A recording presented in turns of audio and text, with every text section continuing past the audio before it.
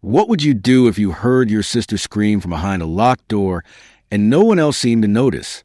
A trusted teacher, a loving stepfather in public, was secretly hiding a dark and dangerous truth behind that door in your own home. But what this 7-year-old boy did to uncover it not only helped his sister, but unknowingly protected hundreds more. What exactly was the stepfather doing? Listen to today's story, and please share where you're listening from. Also, don't forget to subscribe to our channel. The leaves painted the sidewalks in fiery shades as 7-year-old Caleb Morgan played quietly on the floor of his bedroom in Maple Ridge, a peaceful Boston suburb. His toy cars were his entire world, a refuge from the silence that had filled the Morgan house ever since Tom Granger, their stepfather, moved in. His sister, 12-year-old Jenna, used to laugh, sing, and read him stories. Now, she hid away in her room, draped in oversized sweaters and filled with unspoken pain. Caleb watched her go down the stairs when Tom called, his voice slicing through the house like a blade. Jenna flinched with every word. Caleb wanted to scream, but fear kept him silent. He remembered last week, when he tried to defend her and was sent to bed without dinner, clutching his stuffed dinosaur tighter. He whispered a prayer his grandmother had taught him. Tom Granger was a beloved teacher at Oak Hollow Middle School. To the public, he was charming, patient, helpful, but behind closed doors, he controlled Jenna with sharp words and cold eyes. Their mother, Melanie Morgan, a nurse at St. Elizabeth's Medical Center, worked long shifts amidst the small signs, Jenna's flinches, her silences, the way she avoided her stepfather's gaze. Caleb saw it all, the subtle changes in Tom's behavior when their mom entered the room. How his tone would suddenly soften. He noticed the bruises Jenna always tried to hide, the long sleeves she wore even when it was hot, and how she flinched if anyone moved too quickly near her. Her eyes lost their sparkle, her once vibrant laughter silenced by something she never talked about. Caleb also heard the muffled cries at night, the kind someone tries to hide, buried deep in a pillow, hoping silence will make it all go away. Often, Caleb pressed his ear to the wall, clutching his stuffed dinosaur, wondering why no one else seemed to hear the pain filling the house. One Thursday night, Melanie was working the overnight shift. Caleb was eating cereal. Jenna offered to make him real food, but Tom snapped from upstairs, demanding she help grade papers. Caleb heard yelling, sharp angry words, then crying, not loud sobs, but the kind of choking back tears that come from trying not to be heard. He sat frozen at the kitchen table, his spoon still in his cereal bowl. Then, something slammed hard against the floor above, maybe a drawer, a door, or Jenna herself. Caleb's stomach dropped like a stone. The sounds of shuffling. Another harsh word. Then a muffled whimper followed.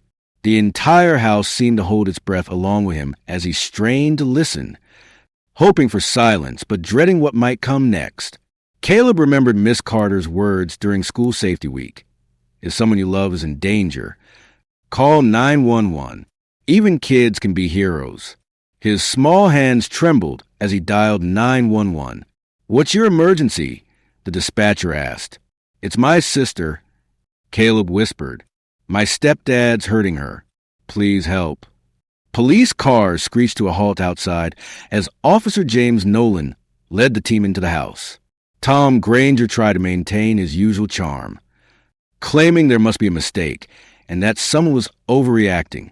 But his composure shattered the moment two officers headed upstairs. Jenna was found sitting on the floor beside her bed, her tear-streaked face, trembling arms, and visible bruises on her wrists and neck. Her oversized sweater was torn at the shoulder, and she could barely speak when officers gently questioned her. Paramedics moved swiftly, checking her vitals, securing her for transport, and a female officer knelt beside her, assuring her she was safe now. As they rushed her out, Jenna locked eyes with Caleb. Call Mom, She whispered, "Please." Detective Naomi Reyes knelt beside Caleb in the living room. "You did the right thing." "Kid," at the police station. Caleb clutched his dinosaur as he recounted everything: the yelling, the insults, the bruises. Jenna had once been his superhero. Tonight, he was hers. Meanwhile, Melanie's world crumbled under the weight of realization. Sitting in the family services room, her hands trembling, her nurse's scrub still faintly stained from her overnight shift, she whispered, "I missed it. I let him near them. I trusted him with my children. How could I not see it?" Her guilt was palpable. Dr. Alicia Bennett, an experienced child psychologist, sat across from her with calm empathy in her eyes. She leaned forward, her voice steady but warm. "Melanie, you need to understand, abusers, like Tom, are calculated. He manipulated not just your children, but everyone around him, the school, the community. That's what makes him so dangerous. But what matters most right now is that your son saw through him. Caleb saved his sister. He acted with courage that most adults can't summon. That act changed everything." Detective Reyes began connecting the dots. Tom had transferred between 3 schools. Each time girls age 11 to 13 had complained, informally, with no investigations or follow-ups. A familiar name emerged: Alyssa Freeman. She had nearly taken her own life after months of subtle emotional abuse. Now she was ready to testify. Then came Elaine Bradford, a retired vice principal who had documented every complaint, every note, every concern. "I couldn't stop him then," she said, "but I can now." Jenna and Caleb moved in with their Aunt Dana, while Melanie filed for divorce. Therapy began. Jenna still checked the locks at night. Caleb asked questions no child should ask. But gradually, the weight started to lift. Jenna returned to her books. Caleb drew superheroes at school, always with a brother and sister holding hands. Jenna joined a support group jokingly called the Courage Circle. Led by Alyssa Freeman, they shared stories, bonded over pain, and found strength in their voices. Jenna spoke of how Tom had erased her confidence, her friends, even her love of soccer. But Caleb saw me even when I couldn't see myself. She told them. The courtroom was packed. Former victims filled the benches. Elaine Bradford presented years of evidence. Alyssa testified through tears. Caleb's 911 call was played, his voice steady and clear. Jenna stopped being Jenna, and Tom heard her when their mother wasn't home. The silence in the room spoke volumes. No one could deny the weight of truth from a child who had seen far too much. The judge, visibly moved, looked at the man who had used his authority to cause years of silent damage. Tom was sentenced to 25 years, with no parole for 15. His teaching license was revoked permanently. He was led out of the courtroom in handcuffs.